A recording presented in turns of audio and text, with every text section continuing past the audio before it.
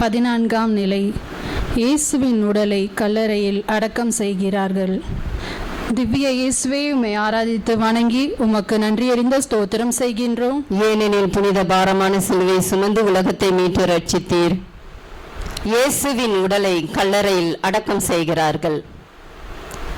யோவான் 19:38-39 இறைவார்த்தைகள் சொல்லுகிறது, இயேசுவை அடக்கம் செய்ய வந்த சீடர்கள் தங்களை வெளிப்படையாக அவருடைய சீடர்கள் என்று காட்டிக்கொள்ளவில்லை என்று. காட்டிக்கொள்ள முடியாத ஒரு நிலை, பயந்த நிலை. யாரோ அந்நியரை போல வந்து அவருடைய உடலை வாங்குகிறார்கள். அவரோடு இருந்தவர்கள், அவரோடு பணி செய்தவர்கள், அவர் செய்த அற்புத அதிசயத்தை எல்லாம் கண்டவர்கள், அவரை பற்றி போதிப்பதற்காக, அவருடைய வார்த்தைகளை ஏற்று வாழ்வதற்காக, அவருடைய சித்தத்தை செய்வதற்காகவே அவருக்கு சீடராய் மாறியவர்கள். பயந்த நிலை, ஓடி ஒளிகிற நிலை, அவருடைய இறப்பில் கூட வெளிப்படையாய் தங்களை வெளிப்படுத்த முடியாத ஒரு நிலை. ஆம் பிரியமானவர்களே, இந்த நாளிலும் கூட இப்பேற்பட்ட நிலையில் நாமும் கூட வாழ்ந்து கொண்டிருக்கிறோம். எத்தனையோ நேரங்களில், எத்தனையோ சூழ்நிலைகளில் நம்மால் வெளிப்படையாய் போய் உதவி செய்ய முடியாத நிலைகளில் இருப்பதை பார்க்கிறோம்.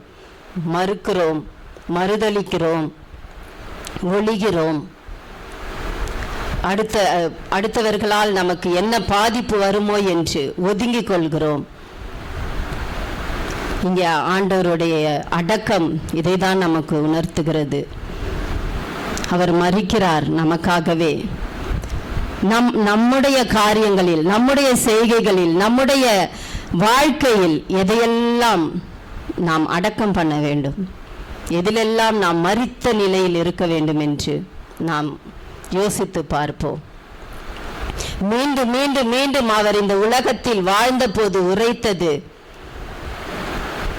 பாவத்தை நாம் விட்டு வாழவே அவர் இந்த உலகத்திற்கு வந்தார். அதற்காகவே இந்த 14 ஸ்தலத்தையும் நாம் தியானிக்கிறோம் வருடம் வருடம்.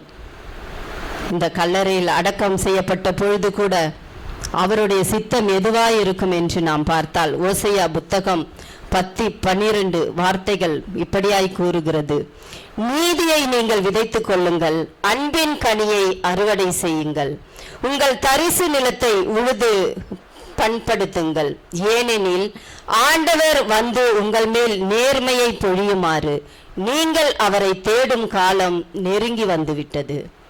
ஆம் பிரியமானவர்களே, இந்த 14வது ஸ்தலத்தை நாம் பார்த்து எத்தனையோ நாட்கள் நம்முடைய வயதில், நம்முடைய வாழ்க்கையில் கண் கலங்கி இருக்கிறோம். ஆண்டவரை அடக்கம் செய்கிறார்களே என்று அந்த புனித வெள்ளி நாட்களில் கூட நாம் வருந்திருக்கிறோம். நம்மையே வருத்தி கொண்டிருக்கிறோம் உபவாசம் என்ற பெயரில்.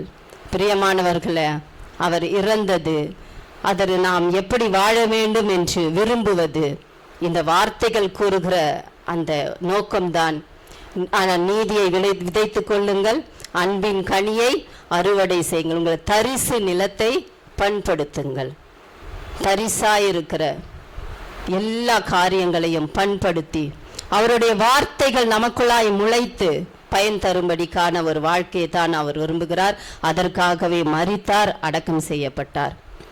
இதை நாம் சிந்தனையில் நிறுத்துவோம். அதற்கேற்ற வாழ்க்கை வாழ அவருடைய கிருபையை நாம் கேட்போம். கண்களை மூடி செபிப்போம். எங்கள் நல்ல ஆண்டவரே, நீ எங்களுக்காய் ஆண்டவரே வாழ்ந்தீர், வார்த்தைகளை மூலமாய் பேசினீர், அற்புத அதிசயங்களை செய்தீர் ஆண்டவரே. இன்றும் ஆண்டவரை நீர் வாழ்ந்து கொண்டிருக்கிறீர். ஆண்டவரை, இந்த அடக்கம் செய்த இந்த நிலையை நாங்கள் பார்த்தாலும் கூட ஆண்டவரை, எங்களுக்குள்ளாய் எந்தெந்த காரியங்கள் ஆண்டவரை அப்பா அடக்கம் செய்யப்பட வேண்டுமோ, தரிசு நிலமாய் இருக்கிற எல்லாவற்றையும் நாங்கள் சரி செய்ய வேண்டுமோ, அதையெல்லாம் நாங்கள் சரி செய்து உம்முடைய அன்பின் கனியினாலும் உம்முடைய நீதினாலும் நாங்கள் வாழ உம்முடைய கிருபை எங்களுக்கு தேவை ஆண்டவரே.